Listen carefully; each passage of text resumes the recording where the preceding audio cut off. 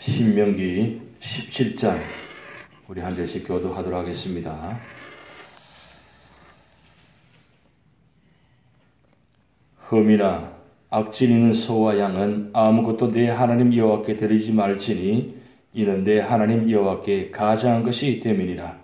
내 하나님 여호와께서 내게 주시는 어느 성 중에서든지 너희 가운데 어떤 남자나 여자가 내 하나님 여호와의 목전에 악을 행하여 그 언약을 어기고 가서 다른 신들을 섬겨 그것에게 절하며 내가 명령하지 아니한 이를 성신에게 절한다 하자.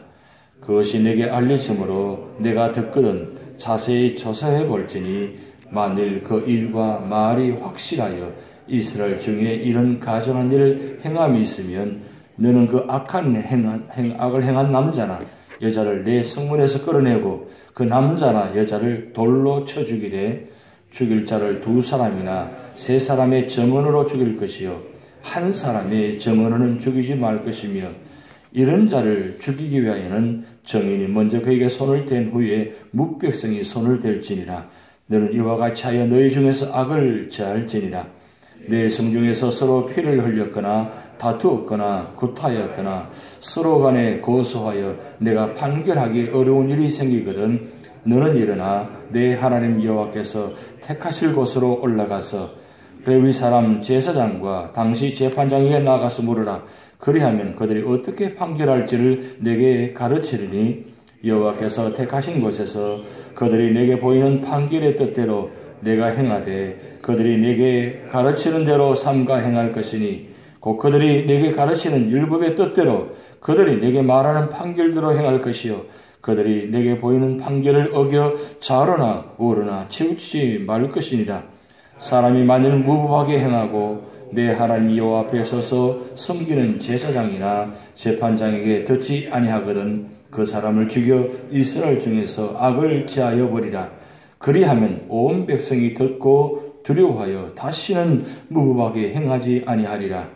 내가 내 하나님 여호와께서 내게 주시는 땅에 이르러 그 땅을 차지하고 거주할 때 만일 우리도 우리 주위의 모든 민족들 같이 우리 위에 왕을 세워야겠다는 생각이 나거든 반드시 내 하나님 여호와께서 택하신 자를 내 위에 왕으로 세울 것이며 내 위에 왕을 세우려면 내 형제 중에서 한 사람을 할 것이요 내 형제 아닌 타국인을 내 위에 세우지 말 것이며 그는 병마를 많이 두지 말 것이요 병마를 많이 얻으려고 그 백성을 애굽으로 돌아가게 하지 말 것이니 이는 여호와께서 너에게 이르시기를 너희가 이후에는 그 길로 다시 돌아가지 말 것이라 하셨음이며 그에게 아내를 많이 두어 그의 마음이 미혹되게 하지 말 것이며 자기를 위하여 은금을 많이 쌓지 말 것이니라.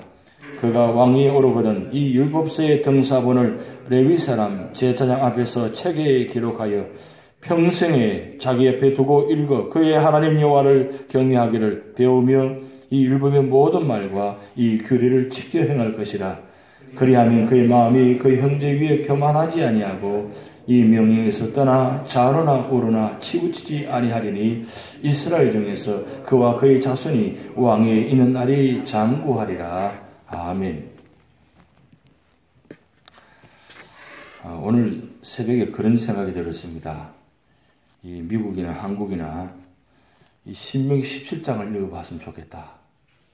좀 그런 생각이 들었습니다. 왜냐하면 이 17장에 모든 게 다 담겨있는 내용이던 것 같습니다.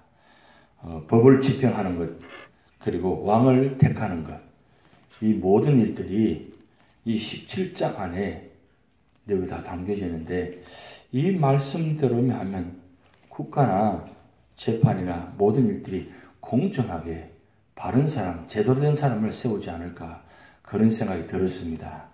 오늘 말씀 시작할 때는 1절 말씀에 흠이나 악지 있는 소와 양은 아무것도 내 하나님 여호와께 드리지 말지니 이는 내 하나님 여호와께 가장한 것이 됨이니라. 하나님께 나아갈 때 어떤 마음의 자세로 나아가느냐 이 참 중요합니다. 제가 며칠 전도 말씀드렸듯이 어릴 적에 우리 어머님들이 교회 헌금을 드릴 때 무슨 예물을 드릴 때 그 모습들이 참 귀한 모습을 많이 보았습니다. 예물을 드릴 때도 성껏 준비해가지고 드리는 모습, 그리고 교회 봉사하는 모습도 보면 정성을 다해서 마음을 다해서 드리는 모습, 이런 모습들이 하나님을 섬길 때에 참 귀한 마음입니다. 여기 말씀 보면 흠이나 악질이 있는 소와 양은 아무것도 내 하나님께 더럽지 말지니라. 사실은 이 17장 1절 말씀이 레위기 사실 전체 말씀을 한 절로 요약한 거랑 마찬가지입니다. 왜냐하면 하나님은 거룩하신 분이기에 거룩하신 하나님을 만날 때 우리가 거룩한 모습을 나가야 하나님이 기뻐 받으시고 그리고 축복하시는 것입니다. 그것이 굳이 레위기에 아니 신명기에 구약시대 말씀이 아니라 오늘 우리도 이 하나님께 나올 때에 예물을 드릴 때나 그리고 예배를 드릴 때나 그리고 섬길 때나 모든 모습에서 깨끗하고 정결하고 순결하고 순수하고 정직하고 바르게 하나님을 섬길 때 하나님 그것을 기뻐 받으신다는 겁니다. 그래서 구원받은 자가 가장 먼저 해야 될 일이 뭐냐? 그것은 하나님이 나올 때 어떻게 하나님께 온전히 섬길 것인가? 그것이 먼저 출발입니다. 구원받은 자가 세상 속에서 어떻게 살아갈 것인가? 그것보다도 더 우선순위가 하나님과의 우리 관계가 바로 될 때에 하나님은 그 바른 이 수직적인 관계를 통해서 하나님은 우리와 관계를 온전히 세워주시면 그 온전한 관계가 되어질 때에 이 수평적인 관계, 이웃과의 관계가 온전하게 됩니다. 그래서 언제나 하나님 앞에서는 하나님 중심으로 온전히 거룩하게 그리고 그 온전한 모습을 들을 때 하나님 그 예물을 받으시고 기뻐하신다. 그 말씀을 먼저 기록합니다. 그러고 난 다음에 2절부터 우리가 13절 말씀까지 보면 재판할 때에 어떻게 재판할 것인가. 그리고 그 재판하는 과정 속에서 그 잘못하는 사람들을 어떻게 다스릴 것인가. 그 말씀이 나타납니다. 말씀 보면 우상 숭배하는 사람들이 그 소식이 들어질 때 그 사람이 만약에 우상 숭배한다는 것을 들었을 때에 그럼 지도자가 어떻게 할 것인가. 그 말씀이 나타납니다. 네, 들었을 때에 그저 듣는 그것으로 판단하지 말고 적어도 두세 사람의 정인이 되어가지고 정확하게 유무를 판단해가지고 결정하는 겁니다. 혹여 그냥 듣는 소식으로 감정적으로 치우쳐가지고 만약 판단해서 판결하게 되면 그럼 결국 큰일을 한다는 잘못된 일을 판단하는 할 수 있다는 것입니다. 그래서 적어도 그 일을 감당할 때 판결할 때 그래서 하나님께서는 정확하게 판단하고 치우치지 않고 그리고 온전하게 판단해서 그 죄의 의무를 가린 후에 만약 그것이 정말 잘못이 판결되어질 때는 반드시 죽여라. 이 말씀이 나타납니다.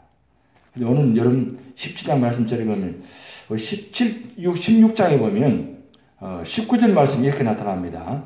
너는 재판을 굽게 하지 말며 사람을 외모로 보지 말며 또 뇌물을 받지 말라. 뇌물은 지혜자의 눈을 어둡게 하고 의인의 말을 굽게 하느니라. 이 말씀이 나타났어요. 적어도 재판하는데 굽게 하지 말라. 잘못되게 하지 말라. 그리고 사람을 외모로 보지 말라. 사실 요즘 많은 모습들 그랬던 모습 있지 않습니까? 유전무죄라는 말이 있습니다. 유전무죄. 이 유전무죄라는 것은 있는 사람, 없는 사람, 이 문제, 제 판단의 문제를 잘 하라는 거죠. 유전무죄라는 말이 참 굉장히 유명한 말이 회자가 많이 되었는데 사실 오늘 세상에 그런 모습입니다. 아무리 법이 있지만 가진 자와 가지지 못한 자가 할 때 과연 얼마나 올바르게 판단하고 정직하게 행하느냐, 그것이 오늘 법을 지키지 못하는 모습들이 참 많다는 모습입니다. 근데 오늘 말씀 보면 11절, 12절 말씀 보면 이런 말씀이 나타납니다. 내가 판단할 때에 어떻게 판단하냐, 기준이 어디냐 이거죠. 기준이 어디냐, 그것을 기준을 말씀 율법의 기준을 두라는 거예요. 만약에 판단할 때에 이 재판관만 있으면 안 되고 제사장과 재판관이 동시에 두 명이 같이 있어서 그것을 판단하게 되는데 제사장과 재판관이 두 사람이 제사장도 치울 수 있고 재판관도 치울 수 있는데 그 기준을 최종적으로 판단할 때는 어디에 판단하느냐? 율법의 말씀 위에 기준을 가지고 최종적으로 판단해라. 그런데 판단해서 결정하는데 만약에 최종적으로 말씀을 가지고도 판단해서 결정했는데 그 말씀을 듣지 않을 경우 어떻게 할 것이냐? 그 사람을 그 악을 해서 제하여 버리라 그랬어요. 결국 최종적인 법은 하나님 말씀입니다. 하나님 말씀만이 온전하고 하나님 말씀만이 완전한 판결이 되고 하나님 말씀이 최종의 기준이 된다는 말씀입니다. 그래서 결국은 이 세상에 어떤 삶의 모습도 사실은 말씀만이 최종 기준이 되고 온전한 기준이 됩니다. 그래서 우리 신앙생활 하는 분들이 결국 우리가 어디로 돌아가느냐? 말씀으로 돌아와야 돼요. 왜 우리가 이 말씀이 눈에서 떠나셔야 되느냐? 왜 말씀이 우리 앞에 있어야 되느냐? 결국 말씀만이 완전하시기 때문입니다. 하나님은 완전하신 분입니다. 그 완전하신 분이 완전하신 말씀을 주셨습니다. 그러기에 이 말씀만이 우리 이 세상에서 최종 기준이 될 수 있다. 그 말씀을 하고 있는 것입니다. 그러고 난 다음에 14절부터 20절까지 왕을 세울 때에 어떻게 할 것인가 그 말씀이 나타납니다. 왕을 택할 때 먼저 두 가지 말씀입니다. 15절 말씀 보면 하나님께서 택하여 주신 왕을 세우라. 그리고 두 번째로는 이스라엘 민족 중에서 선정하라. 이 두 가지 왕을 세우는 기준입니다. 참 중요한 말씀입니다. 왕을 세울 때에 하나님께서 택하신 주신 왕을 세우라. 왜요? 사람의 판단은 불완전합니다. 내가 좋아하는 사람만 세울 수 있습니다. 또 내가 싫어하는 사람은 절대 세우지 않으려고 합니다. 그런데 제 경종을 떠나서 과연 하나님 보시기에 이 사람이 진정으로 이 나라를 위해서 백성들을 위해서 제대로 통치할 것인가? 바르게 할 것인가? 사회 없이 그냥 정말 하나님 중심으로 하나님 마음으로 하나님 기준으로 이 나라를 통치할 것인가? 그 사람을 바라보라는 거예요. 그 기준을 가지고 세우고 난 다음에 그 다음 왕이 된 자는 세 가지 금기사항이 있습니다. 첫째는 오늘 16절 말씀 보면 말을 많이 두지 말 것이다. 이 말은 이 왕이 재산이 많게 되면 문제가 된다는 거예요. 그래서 말이 아니라 말입니다. 타는 말이에요. 하는 말이 아니고 이 타는 말인데 그때 그 당시에 부자가 어느 기준이냐? 말을 많이 가진 자가 최고의 부자라 그랬어요. 그 정도로 말이 참 중요하였습니다. 재산 목록에서 제일 먼저 우선순위였다는 거예요. 누가 봐도 야 말이 많으면 재산이 많으니까 저 사람이 이 나라의 왕이 되면 참 좋은 일을 많이 할 것이다. 아니라는 거예요. 말이 많게 되면 결국 말 때문에 이 재산 그다음 왕이 되어서 나라를 다스릴 때 재산 중심으로 치우칠 수 있다는 거예요. 그래서 말을 많이 두지 않게 하라. 그리고 두 번째로는 17절 말씀 보면 아내를 많이 두지 말라. 물론 아내를 많이 둔다는 자체가 그때 그 당시에 외교적으로 있어서 많이 둘 수 있었다는 상황이 되어집니다. 여러분 솔로몬이 아내를 많이 두었잖아요. 아내를 많이 둔 것은 솔로몬이 여자를 좋아했기 때문에 많이 두었다. 이것보다는 외교적으로 국가 간의 통치를 하기 위해서 결국은 아내를 많이 두게 되었다는 사실입니다. 그런데 문제는 그 아내를 둔 모든 사람들이 다 이 우상을 섬기는 사람들이 있다는 거예요. 그래서 그 아내를 통해 가지고 우상이 들어와 가지고 결국 솔로몬도 결국 마지막으로 이 아내들 때문에 결국 우상에 치우쳐 가지고 그 우상을 섬기는 때문에 결국 멸망을 당하지 않습니까? 결국 아내를 많이 두지 말라는 뜻은 이런 것을 인해 가지고 우상을 섬기게 되고 사람을 섬기게 되고 사람 중심으로 치우게 된다는 거죠. 그래서 아내를 많이 두지 말라 그랬어요. 그러고 난 다음에 세 번째는 자기를 위하여 은금을 많이 쌓아두지 말라 그랬어요. 왜 은금을 많이 두지 말라 그랬냐? 왕이라도 물질에 욕심이 생기고 사욕에 탐하게 되면 결국 올바르게 판단하지 못한다는 거예요. 그래서 은금을 많이 쌓아두지 말라. 은금을 많이 쌓아두기보다는 하나님 중심으로 백성 중심으로 통치할 때 제대로 바르게 한다는 겁니다.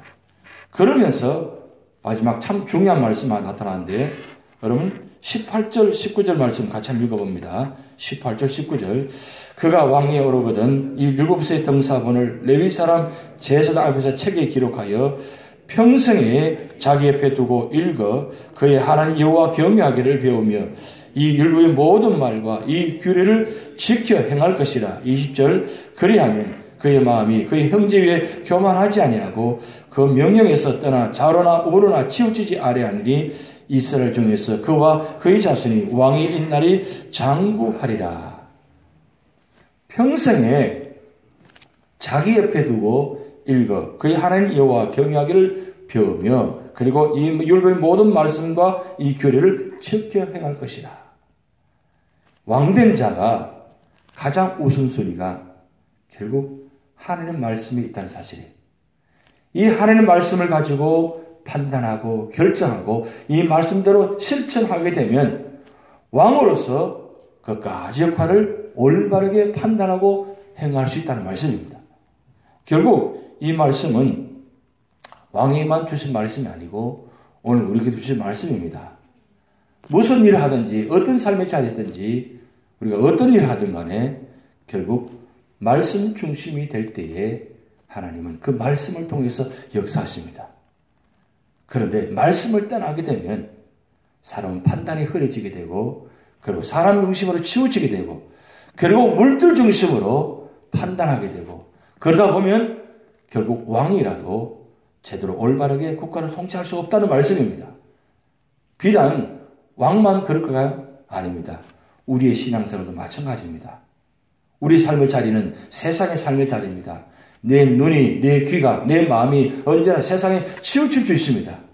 그렇게 치우치지 아니하려면 언제나 내 눈에서, 내 귀에서, 내 마음에서 언제나 말씀이 있어야만 말씀을 통해서 바라보게 되고 말씀을 통해서 듣게 되고 말씀을 통해서 내 마음이 판단하게 될 때에 그 말씀을 통해서 온전하게 살아갈 수 있다는 말씀입니다. 오늘 여러분 눈에서, 여러분 귀에서, 여러분 입술에서, 여러분 마음에서 말씀을 떠나지 마시기 바랍니다. 그래서 시편 1절 2절 말씀에 복 있는 사람은 오직 여호와의 율법을 주야로 묵상하는 자로다 그랬습니다. 많은 말씀이 있습니다. 많은 말씀인데 오늘 신명기 17장에 여러분 마음에 오는 말씀이 있을 것입니다. 그 말씀 한 절을 붙잡으시기 바랍니다. 붙들고 이 묵상이라는 말은 되새김질 한다는 뜻이 있습니다. 말씀이 그러한가? 말씀이 이러한가? 말씀이 저러한가? 세 가지를 한번 생각해 보시기 바랍니다. 말씀이 그러한가? 말씀이 이러한가? 말씀이 저러한가? 3번 정도 한번 생각하고 판단해 보면 생각이 달라질 것입니다. 말을 한마디 하더라도 3, 4, 1은 한번 3번 정도 생각해 보고 한번 말하면 실수하지 않습니다. 듣는 것도 마찬가지입니다. 한번 3번 정도 생각하고 들어보시기 바랍니다. 그러면 실수하지 않습니다. 그리고 먼저 내 마음속에 3번 정도 한번 생각해 보시기 바랍니다. 그러면 실수하지 않습니다. 그런데 우리는 듣는 대로, 보는 대로 바로 나옵니다. 그럼 바로 실수하게 되어 있어요. 아무리 경험이 많고 아무리 많이 한다 할지라도 그것이 나의 삶을 좌우하는 건 절대 아닙니다. 그러기에 오늘 말씀이 중심이 되어 살아갈 때 하나님은 그 말씀을 통해서 육신이 되어 우리 가운데 거하심에 그 영광을 보니 아버지 독생자의 영광이요 은혜와 진리가 충만하더라. 이 말씀 역사가 오늘 여러분이 나타날 줄 믿습니다. 네, 다 같이 기도를 하시겠습니다. 하늘에 계신 우리 아버지여 이름이 거룩히 여김을 받으시오며 나라의 임하옵시며 뜻이 하늘에서 이룬 것 같이 땅에서도 이루어지이다. 오늘날 우리에게 일용할 양식을 주옵시고 우리가 우리에게 죄 지은 자를 사하여 준 것 같이 우리 죄를 사하여 주옵시고 우리를 시험에 들게 하지 마옵시고 다만 악에서 구하옵소서. 대개 나라와 권세와 영광이 아버지께 영원히 있사옵나이다. 아멘.